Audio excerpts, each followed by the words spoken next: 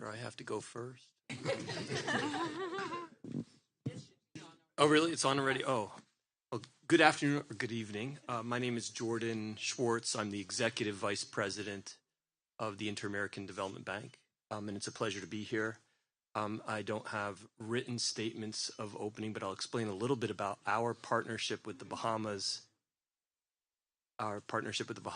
and our commitment to being part of the solution for addressing climate change and the incumbent challenges for the Caribbean and the Bahamas specifically. We consider ourselves to be a primary partner for the Bahamas in its economic management and its development challenges, including confronting those that are specific to weather events and climate change.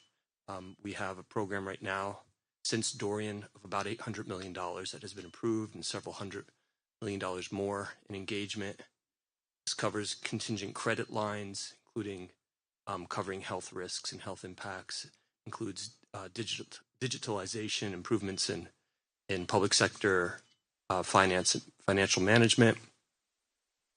It includes important climate-related work from private sector and public sector sources of finance in the development of renewables, transmission, distribution in Grand Bahamas and in Abaco, as well as here in New Providence. We have just an extensive program, and we are extremely appreciative of the government of the Bahamas for organizing this conference, bringing together the multilateral development banks, our partners in development, and we'd be open to any questions that you might have. Thank you. Thank you. Good afternoon. My name is Carolina España. I'm the Executive Vice President of CAF, Development Bank of Latin America and the Caribbean. Regarding our relationship with the Bahamas is in the process of becoming a shareholder of our institution. So soon we will start a very good relationship of collaboration. My remarks are going to be based on what are the main takeaways of this day of discussions. First of all, I would like to say that multilateral banks play a fundamental role in identifying main development challenges and also opportunities, but also in mobilizing international financial resources. All of this with a climate and biodiversity perspective and ensuring that the process consists of an inclusive, fair transition for all socioeconomic groups, making sure we leave nobody behind. We also, in order to reach a solution, we must reach a consensus and coordination in building action plans toward an inclusive, fair, and resilient growth. This requires an effort of all, NDBs, DFIs, national development banks, but also public and private sectors, civil society, the academia as well. This will also help mobilize the required financing to execute these plans at a national, regional, and global levels. Another important message is that bringing in private sector will be crucial to close the gap for climate finance. Tools for scaling up finance are much needed. We also need to work in innovative instruments to unlock climate finance. And a final message that I took from the Prime Minister, it is very important and it would be a powerful contribution if we make the case to use the SDRs of wealthy countries to finance adaptation, mitigation, and recovery projects for a small island state. I would like to take this opportunity also to thank the government of the Bahamas for promoting this important meeting and also for hosting us in such a beautiful country. Thank you very much.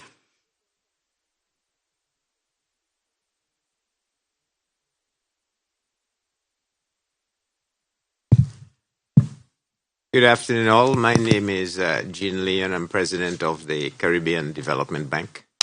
I want to indicate that Bahamas is not part of a process. Bahamas has been central to the Caribbean Development Bank as a member of the bank, and we have had a long history of over 50 years working with the Bahamas. So we are in this process as part of Bahamas being integral and central to the entire Caribbean land space. The second point I want to make is while the climate crisis has highlighted the plight of our region, we have been lurching from crisis to crisis back from the times of independence. And so while we are highlighting climate change in this conference, the region needs much, much more than climate change. And it is even more so because climate change is impacting not just the planet, impacting every aspect of our lives. And consequently, one of the things we've been promoting, and I made very, I hope, clearly at the conference, is we need to see this as a whole country, whole community, whole region problem. Therefore, the solution has to be a whole country, whole region solution, which we like to think of as a total solution to the development problem. And that includes not only the economy, fixing our economies, not only fixing the climate problem, but equally fixing the people problem, fixing the institutional and capacity issues problem, because it is only when you get all of that working together in unison will we make a dent in our development issues. And by extension, finance and getting adequate finance for climate issues, by extension, means getting adequate finance for all of our development issues, even if we are focused on finance for climate today. And so I want to be able to put it in that context, because it is quite clear we need to adopt holistic solutions. It is quite clear we need to benefit from issues of scale, issues of efficiency, and issues of integration, because the same problems that affect Bahamas, affected Dominica, affects Antigua, affects other islands in the Caribbean in the same way. And so this concept of unity of purpose, carrying the same message, for example, to COP28, that talks about the plight of the region and how we are all impacted and why we all need the same elements, I think are one of the things that we are trying to do at the bank. And so we have focused on, one, being able to measure our problems adequately. Because if we cannot measure it well, we have no hope of targeting adequate solutions. So that's the first idea of looking at it big. The second is we need now to be able to identify the types of projects that can actually help us overcome the problems that we would have identified. And that is where we say what is fit for purpose, what is unique to us, what needs to be done differently, customized, tailor-made to help us get there. And then once you know what it is you need to do, the question then is how much financing. And so we have talked about it being accessible, it has to be affordable, and it has to be adequate. And in fact, we ran our entire last year's theme, access to adequate and affordable finance, because that is what is required to get the region as a whole, including the Bahamas, to the types of investment activities that can, in general, overcome the challenges of development. But even if we have the financing and we have the fit-for-purpose investments, we've equally made the argument you need to have capacity on the ground. Without capacity, you do not break the cycle of dependence. And you can only talk about genuine development if you can empower yourselves to be able to do, whether it is in the innovation space or in simply creating new ideas. We have to be able to do this through empowerment. That is what is sustainable. That is what is lasting. Now, that doesn't mean we say no to receiving assistance. We must always welcome assistance, but that assistance has to be targeted with a view to empowering. That makes it lasting. So it is that concept of bringing together various elements that we think distinguishes the type of work we are doing in the region, and why this conference is so critical, because it has highlighted the inequities that arise from the climate change issues that we have, the lack of adequate funding to meet the closing of the gap in terms of those inequities, highlighted the need for building capacity, even in simple things like applications for funds from institutions like the Global Climate Fund. How do you know the nuances, and hence the need for sharing, the need to be able to do better? So it has to be, in our mind, a complete solution, and it is when we do that and we do it together, and that is where I think the issue of partnerships becomes so relevant. All of the MDB partners here, from the World Bank through the CAF and the IDB, have not only been working with us, but have been working in the region individually and in groups, working to help move the countries forward. And so MDB partnership is extremely important for us, and the presence of all of us here, I think, speaks a lot. The second is partnerships between the public and the private sector, and that's something that has come up throughout the discussions today. The public cannot do what they were doing before because of constraints on fiscal space, but even if they had the fiscal space, the truth of the matter is the model of governments alone driving development would never have been adequate. And so we have equally been promoting the idea of a new type of partnership between the public and the private sector that is complementary, with a view to targeting and overcoming national challenges that go beyond electoral cycles, that go beyond partisanal elements, that can get investors truly to want to see the long-run game and want to invest. And we get a lot in terms of returns.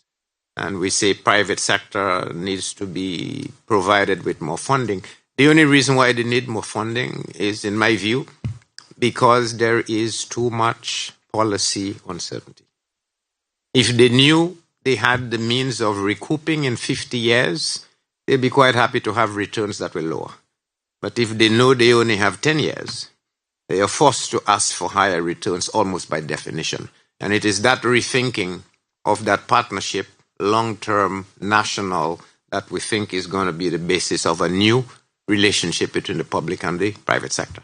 And equally, we need partnerships now between the international community and regional and national, with a view now to promoting things like knowledge transfer, technology transfer, productivity enhancing elements. And when you get those together, we can genuinely talk about partnerships that help us share to grow. Because that, I think, is for us what matters. We cannot be inward. We have to be outward if we are to actually make a difference. So that would be my broad sweep sense of where we are in the development space, what we are trying to do, the need for us being here all together in partnership mode with a view to keeping our eye on one prize, the development of the region, development of the Bahamas as part of the region, but taking us to the next milestone where genuinely we could talk about the next generation's future is secure, and secure from a sense of inclusive and shared prosperity. Thank you. My name is Lilia Brunchuk. I'm the World Bank Director for the Caribbean region. The Bahamas is a member of World Bank. However, is not an active borrowing member because it's a high-income country and it has graduated from the group of countries that is borrowing regularly borrowing from the World Bank. Although in the past we have provided exceptional financing in the case of need. And we continue to working very closely with the government of the Bahamas to provide assistance, including related to climate change in case of the need. But we are working very actively with many other countries in the region. Yes, the conference, and my colleagues have already said a lot about the conference itself. The conference was very important in terms of finding solutions to financing climate change. But we also focused on issues that go beyond financing because, as my colleagues have mentioned, it's important to look at developmental issues in the Caribbean in a comprehensive way. And as far as resilience is concerned, I would like to mention just 3 points. One is it's important to invest in prevention. As it was mentioned in the conference, $1 invested in resilient infrastructure, in maintaining the mangroves, in actions and infrastructure that will make the country more resilient can reduce from $6 to $7 the negative impact of the catastrophe. This is very important, the investment in prevention. It is also important to invest in preparedness, to be prepared, to have the plans and resources and also the agencies ready to act in case of of a catastrophe.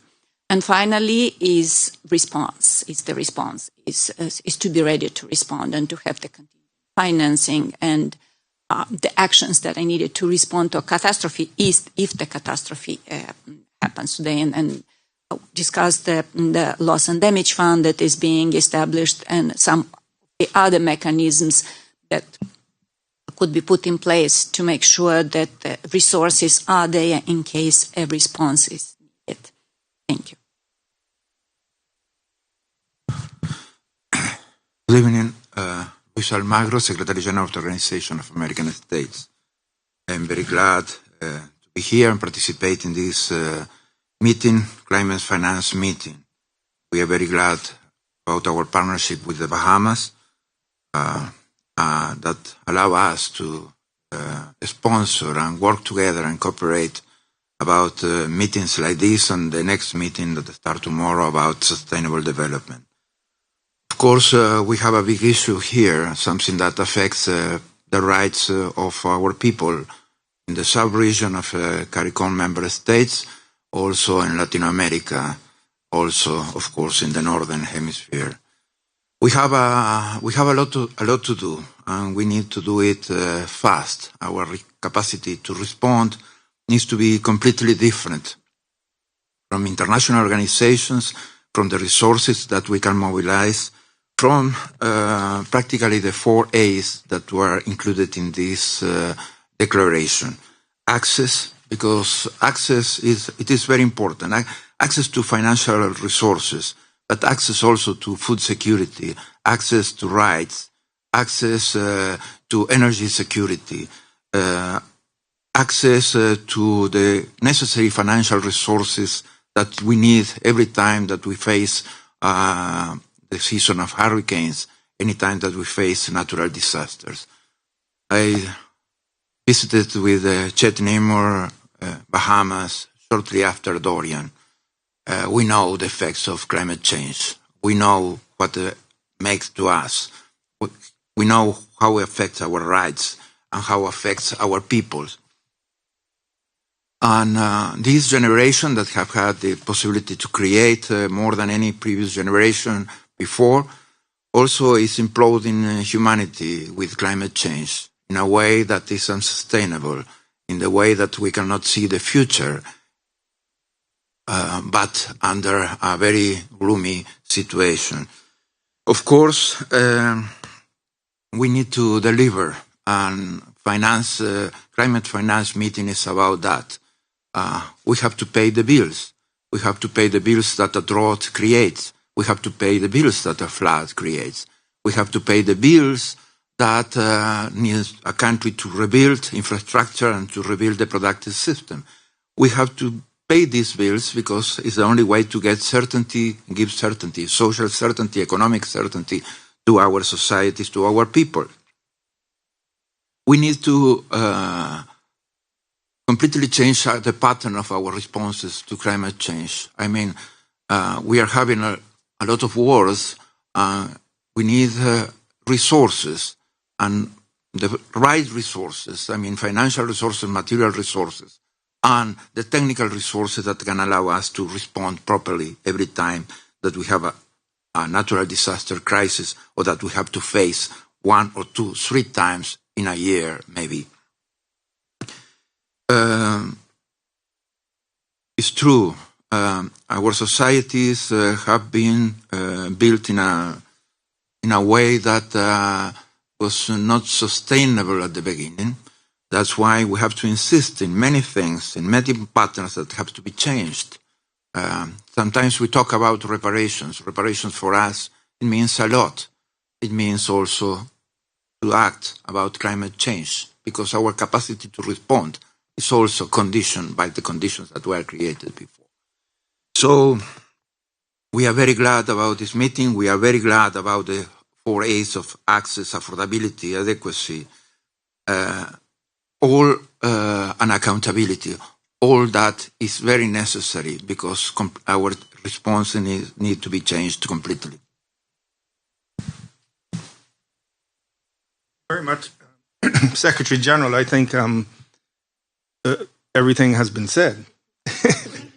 But I just want to say that we are very, very pleased here in the Bahamas to be able to host this meeting with our partners and sponsors from the IDB, the OAS, the CDB, the World Bank, and soon to be partner with the Development Bank of Latin America and the Caribbean.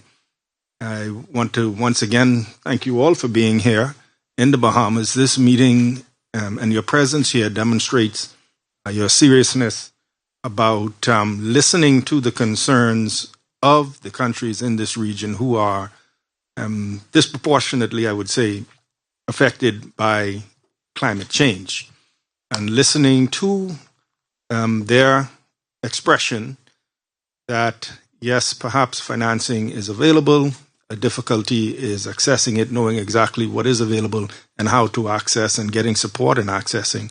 And I think that issue, well, I know that issue was addressed very clearly today by all of the members here sitting at this table, and as well we had individuals from the Global Climate Fund and the Green Facility.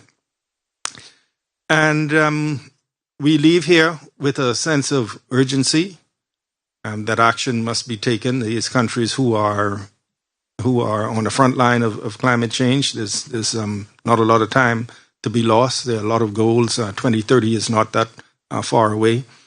And we leave here with a commitment to speak with one united voice as a region. We are many small countries in this region, but if we speak together and we have that commitment to do so, our voices, we expect, would be amplified at the COP28, which is upcoming. And the final thing I want to say at this point is that, you know, when we speak about climate change, it's not only the environment, but because of governments having to allocate scarce resources and divert scarce resources to recover and rebuild after climate events, that means there are fewer resources for things like economic development and diversification, etc. And so it's an issue that has to be front of mind because it is a development issue. So I think we had a positive meeting. We left here, the delegations were able to express themselves, and the panelists were able to share information on what is available, how it can be accessed. And I think if we continue to build on these conversations that we have here today, we will have gone a long way towards achieving the development goals. So once again, thank you all for coming. It's been a pleasure hosting you. AG, did you want to? Only to say good evening. Only to say that first I want to thank Ambassador Chet Nemore for putting this together, Ambassador to the OAS. But having a meeting such as this, where member countries from the Americas come together as a precursor to what we are looking to do and accomplish at COP28, is of fundamental importance. There are serious issues with respect to climate finance as part of the Paris Agreement and COP28 that we are looking to achieve, building off of some of the commitments that we had in COP27. And having a regional approach and a regional agreement on some of these matters when we get to COP28 is of fundamental importance. We have battles to fight with respect to loss and damage, for example, something that we secured at COP27, but we look to actually operationalize at COP28. That's going to be a fundamental component of climate finance in the region. We are a region of developing countries. We look to have greater focus, with all due respect to the World Bank, who speaks to GDP and graduation. We look to have greater focus on vulnerability. We look to have vulnerability indexes put in place with respect to regional financing obligations. And these are things that we talk about as a region. And having this meeting here in the Bahamas, I think is fundamentally important to having member states, in such a large block of member states, together singing on one accord as we look to make transformative change at COP28. We have to act now, and we have to act swift. Thank you.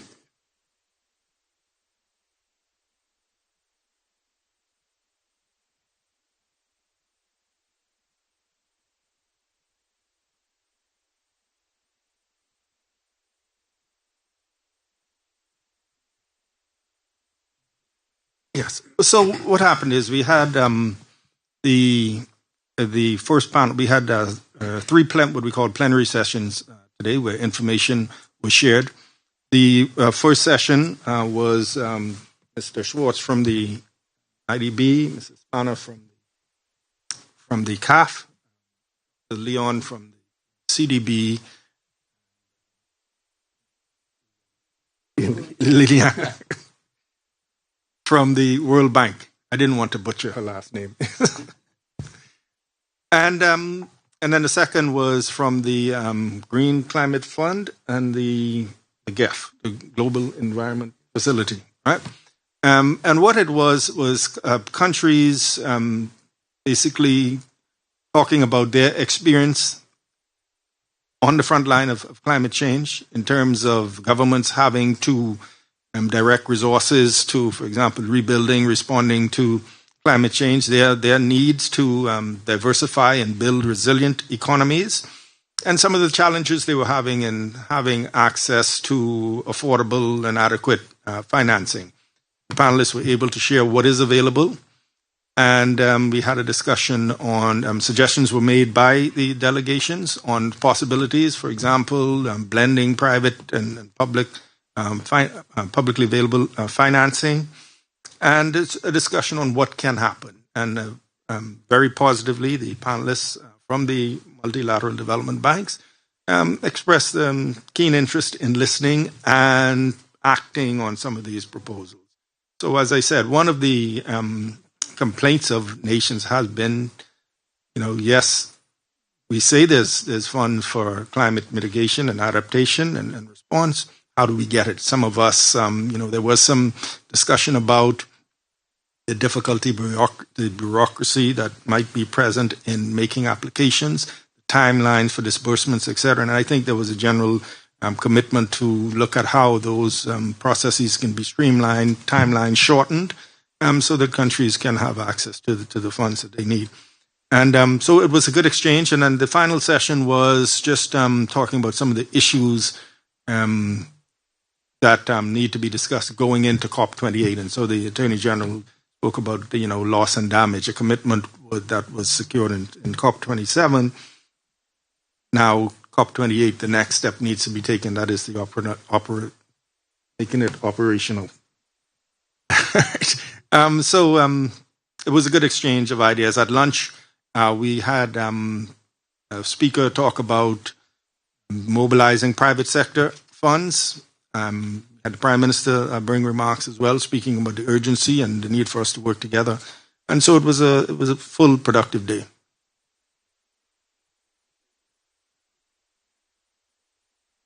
Well, the expectation is that we go back to the delegations, go back to their countries. The panelists here, who are representatives of the Multilateral Development Institute, they have a commitment to go back and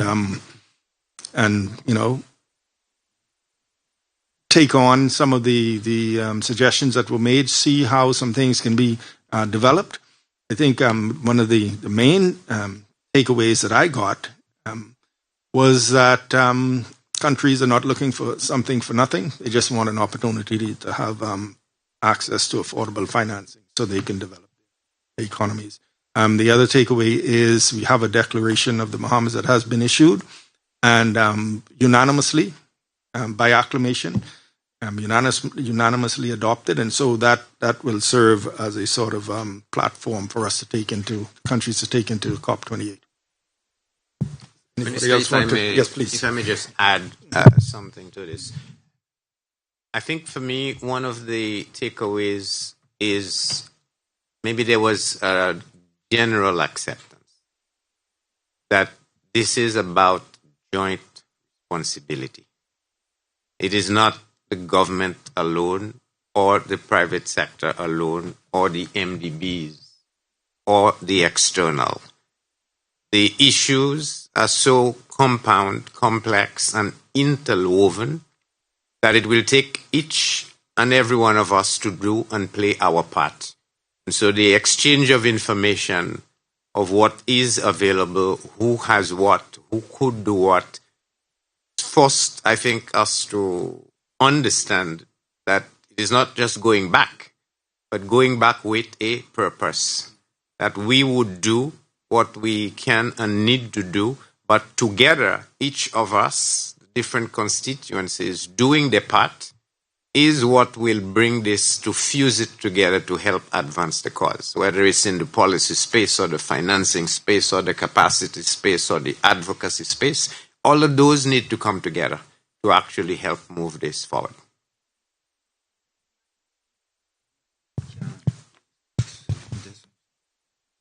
This is about political accumulation. I mean, first we have to keep defeating those obstacles that we are facing. First we have to defeat negationism. Then we have to defeat the lack of agreements. Then we have to defeat those that they withdrew from the agreements. Then we have to defeat the lack of resources, of financial resources that are necessary when we face climate change. And it's political accumulation. And we keep doing so. And when we come with a strong position, like we came out of this meeting, we make an improvement and we add to the process. We need stronger positions in the next COP. We need the CARICOM position to be practically the position of the whole hemisphere because it's an existential thing, because it's an existential matter. That's why we have to have a completely different approach related to this. And that's why we have to keep accumulating politically and diplomatically in order to keep defeating those obstacles that we keep facing.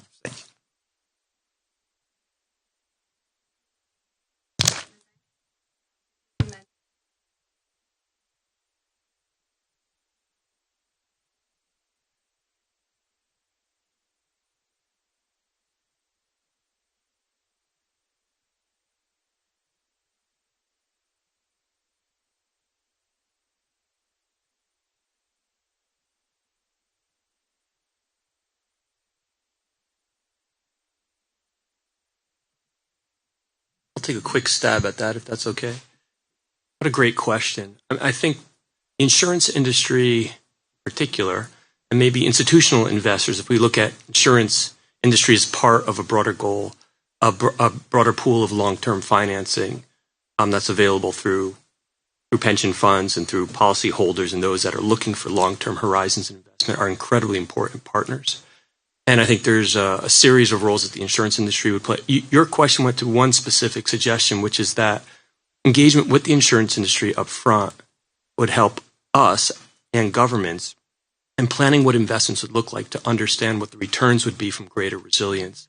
And I think that that is exactly the kind of collaboration, discussion, outreach that we're talking about in public-private partnership. In this case, if it's a national insurance corporation, it may be a public insurance, but same true for private insurers.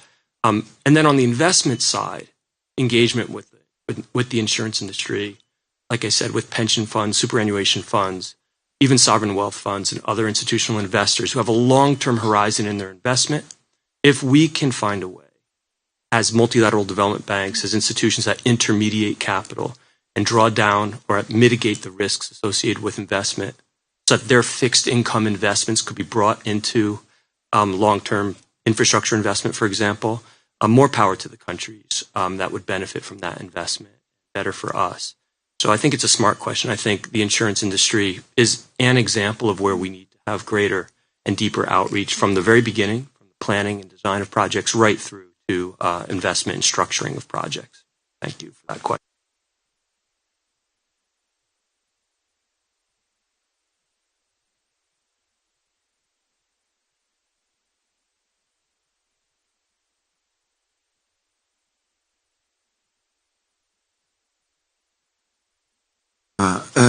Let's say we have I think from the very beginning, of course, was climate change is an issue and it is an imperative for the region. We have three particularities in this region, in the jurisdiction of the Organization of American States that make the hemisphere extremely important about climate change. First of all, let's say we have the main reservoir of CO2 in the world, that is the Amazon. Second, we have one of the main pollutants in the world, in the region. And third, but not third, maybe it can be first too, we have the first border against climate change that are Caribbean countries and Central American countries that year after year they are affected 1 or 2 or 3 times because of climate change. So the region has to be engaged in climate change and the member states need to respond to that. In 2020, we made a document from a strategy for CARICOM from vulnerability to resilience. And I think that was a main answer related to climate change, trying to make a stronger positions in the region related to this matter. And it was an important moment. And it was about, of course, dealing with all what climate change brings. I mean, is, as I mentioned, is energy insecurity, food insecurity, access to rights insecurity, migration, and of course, trying to deal at the same time with the situation that CARICOM member states were facing in the access to financial resources. First of all, lack of flexibility, loans, lack of flexibility about their debt, and then also they were victims of regulatory measures from countries or that were affecting directly their possibilities to work in the financial system. So we need to, of course, to have a proper answer to that, and that is what we were building at the organization in that document.